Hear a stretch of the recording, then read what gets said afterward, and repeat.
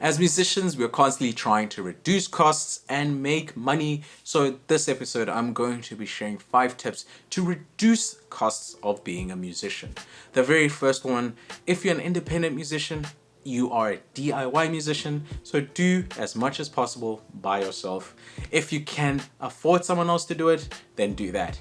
This is primarily on the recording side of things. And when you're starting off, you want to understand how your business and how the music industry works, but that does not mean you don't engage with other people. It just means you have to do some of these things by yourself. Especially in the beginning, recording can be expensive. People are charging about 500 Rand per hour or more just for you to get your vocals across. So I highly suggest save a little money and buy the basic recording equipment yourself. Computer, audio interface, microphone stand, and get a good DAW or digital audio workstation. I know there is a Pro Tools First where you get about 20 tracks and that is free. So record on something like that and then move over and let someone else mix and master to save your little money on the recording process. This is kind of where you want to save money. Don't forget there are a lot of free tools, and now there's AI generating tools that can get quite a bit of the work done for you. So as much as possible, if you really want to save, you have to bootstrap it and do as much as possible yourself, or get someone you know to do it for free, but do it yourself. Do not go to a company to do half the stuff you can do yourself. Number 2, if you're starting off, do not spend the thousands and thousands on something like a DAW, especially if you don't know if you really want to do this long term. There are a lot of DAWs now, digital audio interfaces or softwares that you can rent and just use for when you need and then stop using it after a month. For example, I use Reason Studios, has a monthly fee that you can pay to use their software. So if I was starting off, I would use the trial version for the first 30 months and learn how to use it. And then I would get whatever instrumentals I want. You can get free ones too. And then record, practice, get the whole, let's say 5-track EP written and dusted, and then rent for 1 month and record, mix and master the whole project in 1 month, then stop the subscription. So this way you can actually record an actual EP with your own interface, with your own equipment, with your own software. Get it to a point where it's good enough for mixing and mastering and get that off to someone else, or you can mix it yourself. Instead of paying the 500 euros, you've only paid about 30 or 40 euros. I'll leave a link in the description for Pro Tools First and for Reason Studios, which is what I use to record my music.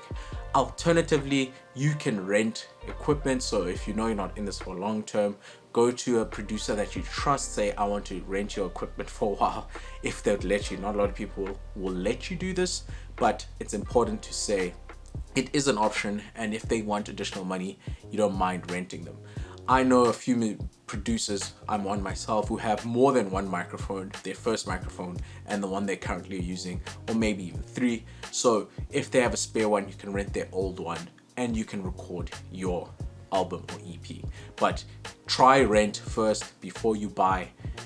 Use as little money as possible to get you over your mark point, and then once you start making money, then you reinvest and try buy on a later stage, at a later stage rather. Time is money, and when you're recording, try to rehearse whatever script or whatever song you're going to be performing at the studio. You want to be able to get to the studio and do whatever you're doing in 1 or 2 takes, and then you'll be out of the studio within 45 minutes if you are efficient at recording. And the only way to get efficient is to practice recording and rehearsing your lyrics and getting everything 100%, so you are one take Timmy and you can record as many as you want because you are so efficient. I remember back when I was in university PE, there was this one rapper who would always come. He does it in 2 takes, no lies. He does his first verse, he does it again just in case there's the second verse is better. So he'd do it once every time, twice, and then he'd record the ad-libs. So he'd have 4 tracks for the first verse, he'd do the chorus and the chorus all together, and then he'd do the second verse, and we'd be done in the studio within 30 to 40 minutes because he was so efficient. And I changed my model to charge per hour rather than per track. That motivates people to come and get out of the studio quicker. So I highly suggest you rehearse before coming to the studio. Holla at Backchat if he's still doing hip hop. But yeah, that is the kind of work ethic you want. Get to the studio, record your music, and get out. Shouldn't take more than an hour per song. Number 4, we all like having personal connections, seeing who we are paying for their services, but the internet is at our disposal for us to compare prices. I know personally that there are some graphic designers in South Africa charging 2,000 for work, where I can get a better graphic designer for half or even a quarter of the price by comparing them with someone online. So there are places such as Fiverr.com, where if you on Fiverr, I'll leave a link in the description, there are people selling their craft. So people that are doing video editing, people that are doing music videos, images, etc., and they could do it for a quarter or half the price. So always compare your prices that you're getting from people you want to work with face to face, and then go online to a platform such as Fiverr to compare those prices and to see if it's cheaper. If it's cheaper, go the online route. You never have to see the person, and you can tell them, and you actually can build a relationship. This is typically when you're moving towards a more advanced stage in your career, because people online generally are more efficient, I feel. Typically, because if you use a platform like Fiverr, there is a feedback loop.